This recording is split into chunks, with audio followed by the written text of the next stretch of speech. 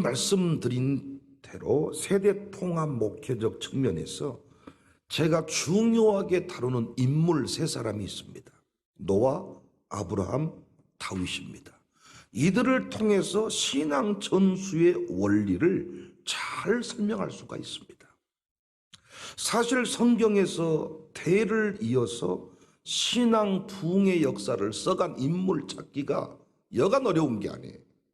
성경에서만 그런 게 아니고 기독교 인물들 가운데도 후대 영광이 없는 사람이 많습니다. 아버지까지만 할아버지까지만 유명하고 그 이후부터 사라져버린 가문이 참 많습니다. 그런데 성경에서는 끊임없이 천대의 영광을 말씀하십니다. 천대 흘러간다. 천대 영광. 이 역사의 좋은 모델이 우리 교회에서 많이 세워질 수 있기를 바랍니다. 주 안에서 후대의 영광, 천대의 영광을 보려면 크게 3단계가 필요해요. 제가 세대통합 목회를 연구하는 목사로서 깨닫는 내용입니다. 1단계는 자녀들이 교회 안에 들어오는 것입니다. 교회 안에서 신앙을 배우고 믿음이 성장을 하는 거예요. 교회에 없는 신앙 전수는 불가능하다. 1단계가 우리 아들, 딸들을 온 가족을 교회 안에 들어오게 하는 것입니다. 2단계는 자녀를 데리고 모리아 산으로 올라가는 것입니다. 내일 새벽에 공부할 내용입니다. 자녀와 함께 모리아 산으로 올라가는 거예요. 같은 신앙 수준으로 성장을 시켜야 합니다. 3단계가 뭡니까? 자녀에게 내가 맡은 직분들을 계승하는 것입니다. 아버지 1대 목사님은 하나밖에 없는 아들을 2대 목사로 세웠잖아요. 그러면 저희 가문에 이제 3대 목사가 나오냐 끝나냐 이건 저에게 달려있는 거예요. 장로님 가문에 장로님이 나와야 되고 권사님 가문에 권사님이 나와야 그 역사의 줄기가 쭉쭉 뻗어갈 것 아닙니까? 그런데 많은 가정들이 1단계도 해결하지 못하는 상황입니다.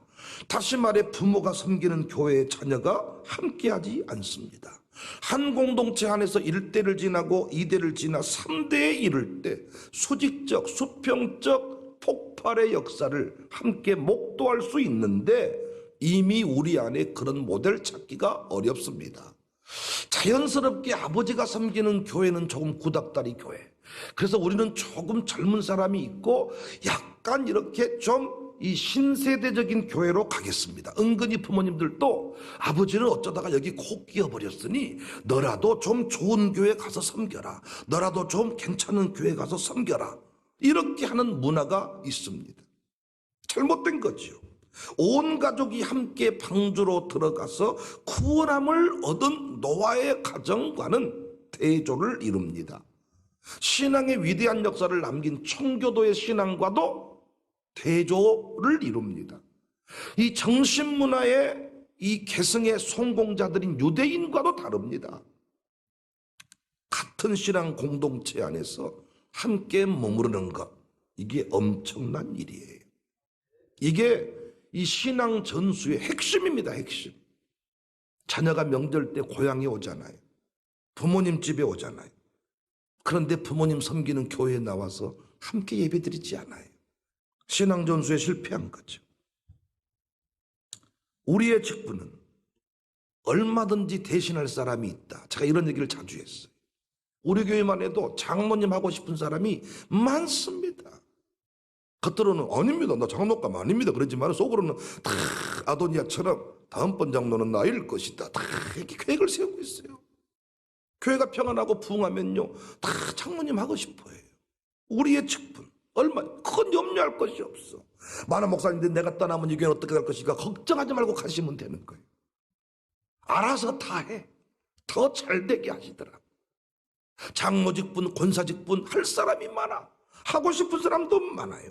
그러나 가문을 세우는 일, 백시 가문을 세우는 일을 아니 김씨가 해주겠습니까? 백시 가문이 세워지는 일을 아니 김만옥이 왜 해줘요?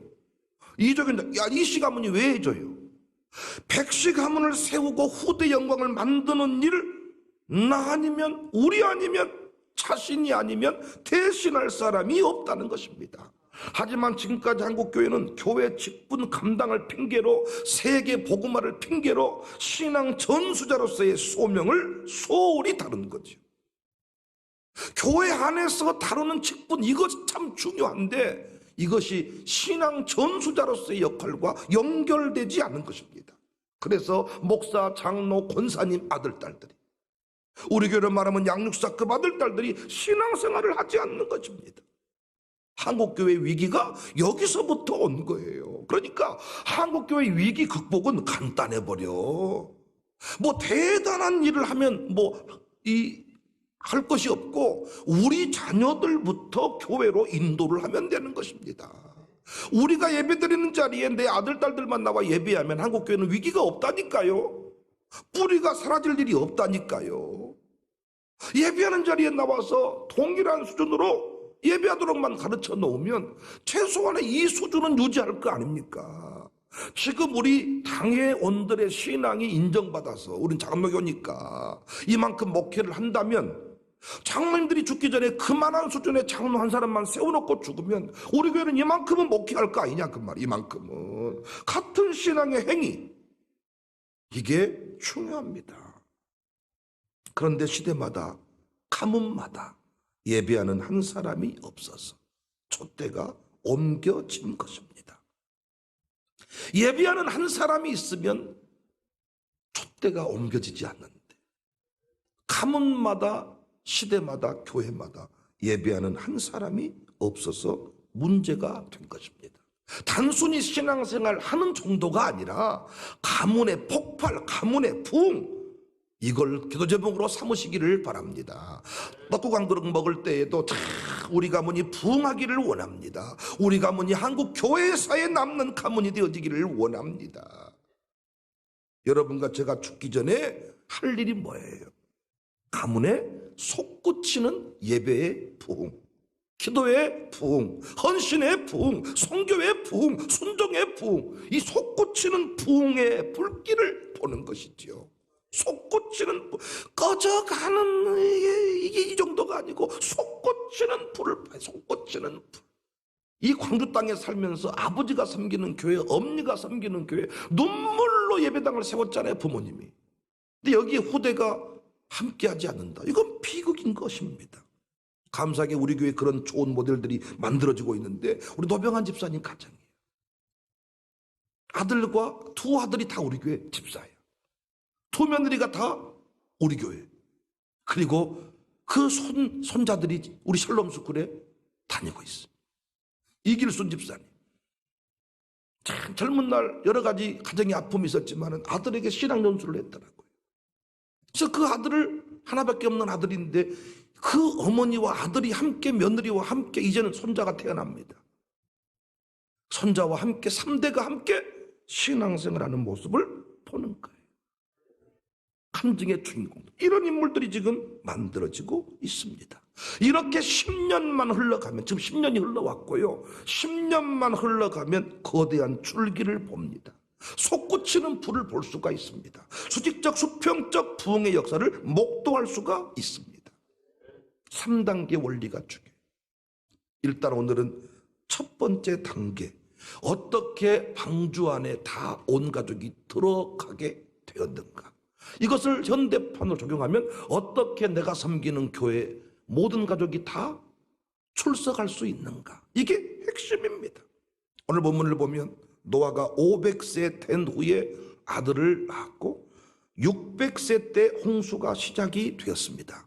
창세기 5장 32절, 노아는 500세 된 후에 셈과 함과 야벳을 낳았더라. 창세기 7장 6절, 홍수가 땅에 있을 때 노아가 600세라. 따라서 노아는 아들들을 낳고 100년 가까이, 물론 이 방주 건조 기간은 차이가 있다 그랬죠. 학자들마다 100년 가까이 방주를 건조하는데 진력했습니다.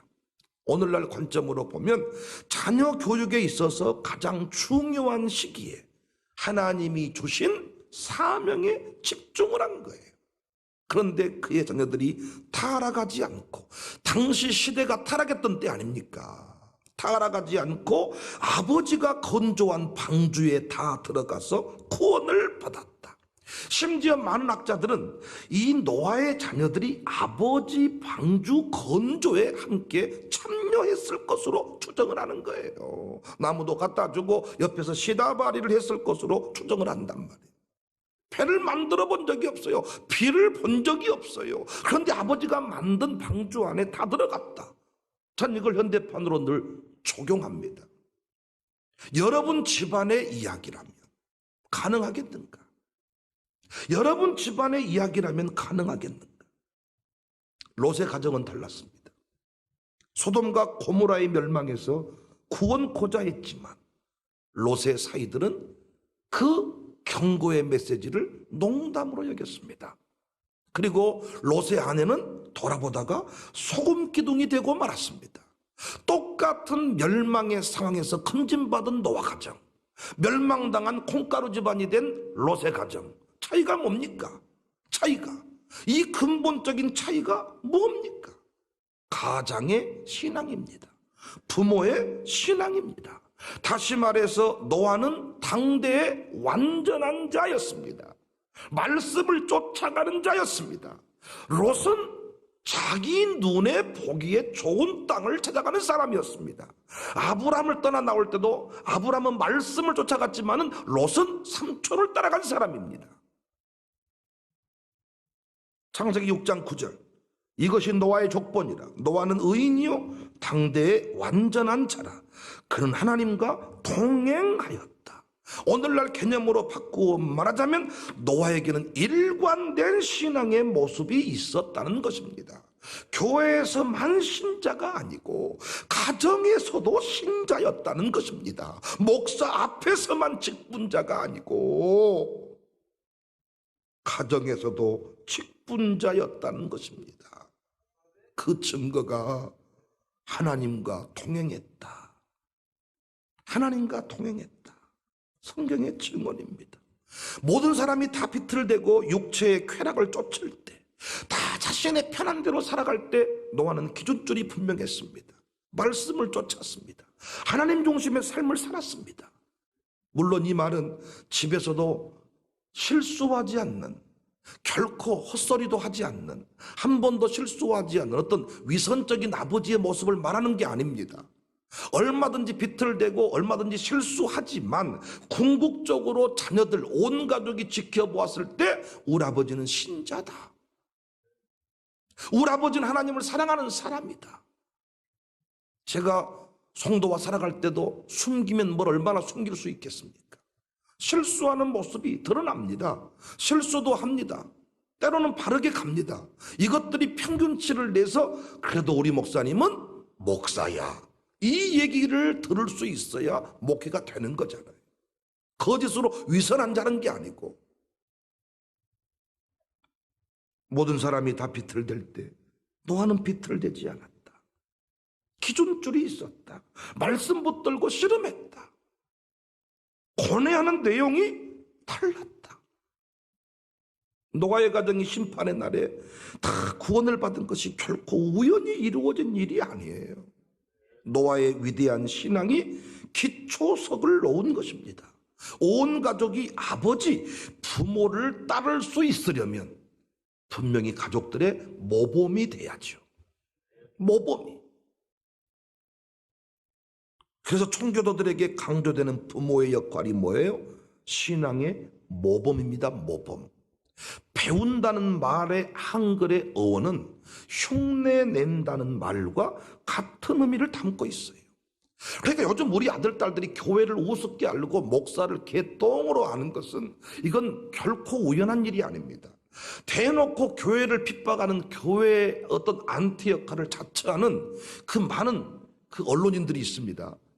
상당수가 목사 아들들이에요.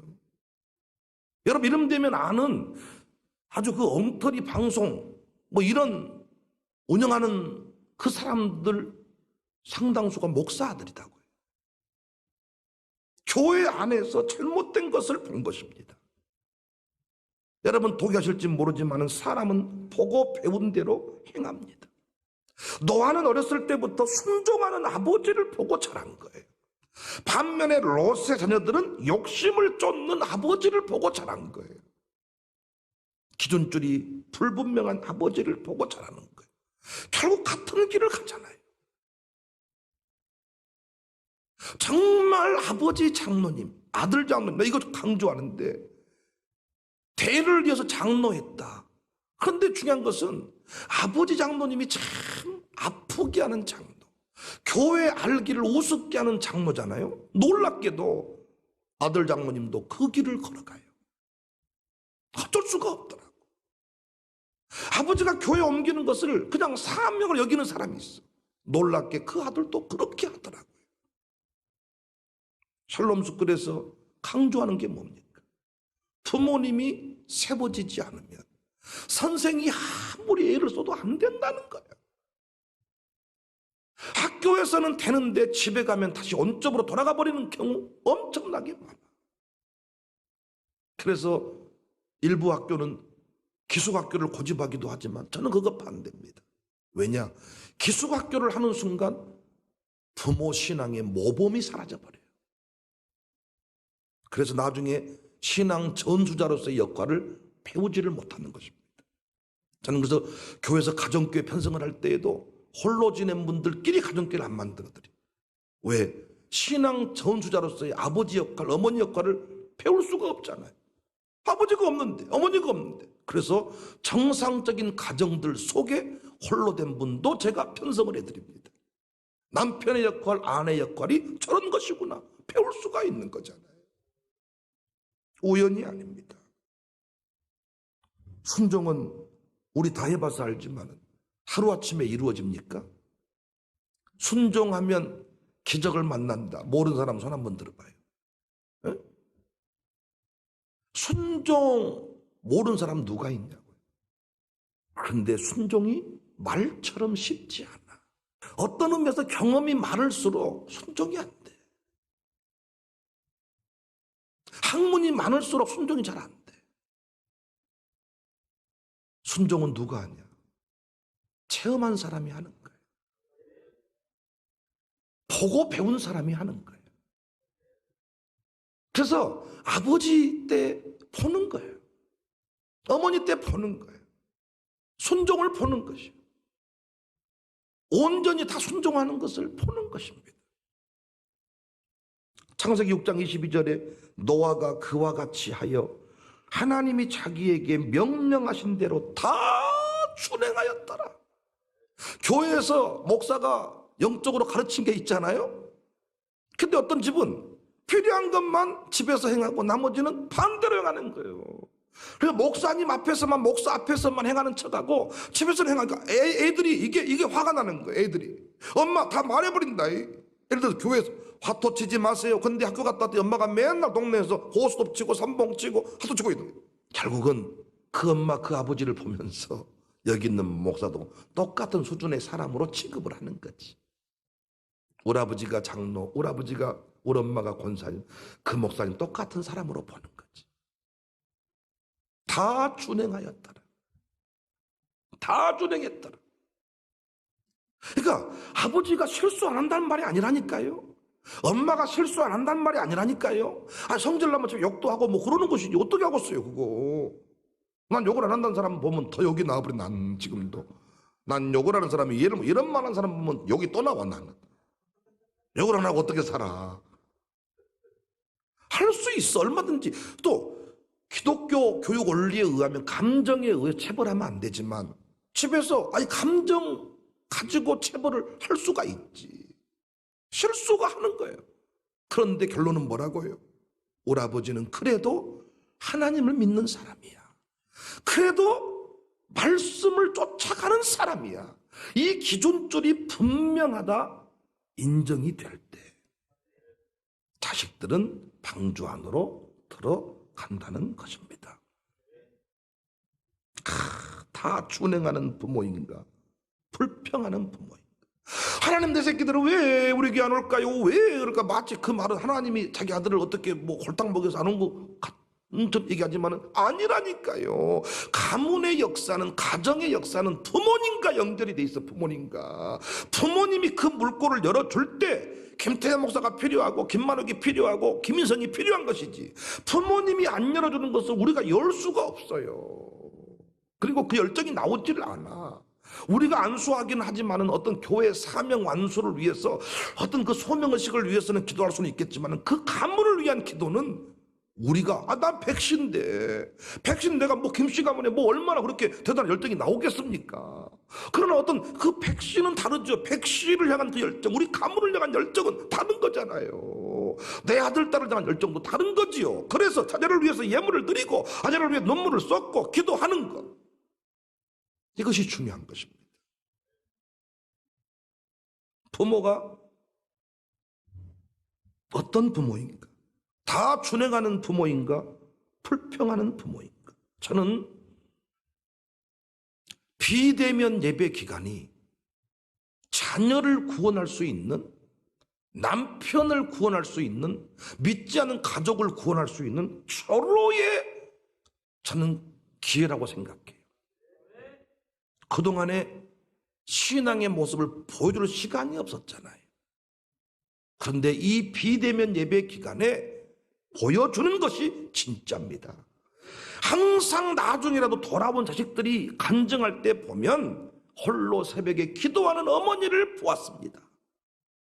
그 고난 중에도 절망하지 않고 남을 돕는 모습을 보았습니다. 항상 후대의 자식들이 그 길을 걸어가면서 간증하는 게 뭐예요? 내가 원래 핍박자였고 내가 원래 믿지 않았는데 보았다는 거예요. 보았다는 거예요. 모태신앙이 무서운 게 뭐냐? 본 것이죠. 본 것이죠. 나쁜 것도 보고 좋은 것도 본 것이지. 중요한 것은 진짜 신앙 행위를 보여주면 결국은 돌아오게 되어 있습니다. 인정을 하게 되어 있습니다. 굴복을 하게 되어 있습니다. 왜 지금 핍박을 하느냐? 가짜요, 가짜. 오죽하면 남편이 술 먹고 들어와서 새벽에 목말라 냉장고에 물 빼먹으면서 발로 찬다잖아. 김권사 자기 부인 보고 하는 얘기야. 너는 새벽 기도 안 가냐? 가서 기도 좀 해라. 기도 좀. 이 권사란 인간이 아주 자기보다 술을 더 잘 먹고 화투는 더 잘 치고 필요하면 교회 한 번씩 가고 흉은 다 보고, 그래서 믿지 않는 남편들이 가서 불만이 많은 거야. 네 교회는 왜 그런다 도대체. 비대면 예배 드린다고 하니까 침대에 누워서 양발도 안 씻고 형식적으로 드리는 거예요. 주석 체크해놓고 차는 거예요. 예를 들자면 애들이 뭐라 그래. 그리고 딱 체크할 때는 동그라미 딱 치는 거예요. 목사 없을 때는 뭐 쌍욕을 하고 이놈의 교회, 썩을 놈의 교회, 망할 놈의 교회 하지만은 목사님만 만나면 목사님 오십니까? 그리고 목사님 신방 오니까 빨리 집안 청소하자. 애들이 웃는 거지. 가정의 신방 가보면요 이런 일들이 종종 벌어진다니까요. 엄마가 갑자기 교양에 있는 척하고 갑자기 목사님을 존경하는 척하고 갑자기 뭐 교회에 뭐 아주 그냥 헌신하는 척하고 사라지고 나면 또 아따 목사님 인가 몰라. 이것이 우리 몸에 배 있는 거예요. 몸에 배 있는 거예요. 비대면 예배 기간에 어떻게 무엇을 하느냐? 가족 구원의 아마 핵심 통로, 핵심 비법이 될 것입니다. 이때 보여준 것이 진짜다. 여기서 승부가 난다. 창세기 7장 13절 곧 그날에 때가 되면 곧 그날에 노아와 그의 아들 셈함 야벳과 노아의 아내와 세 며느리가 다 방주로 들어갔다.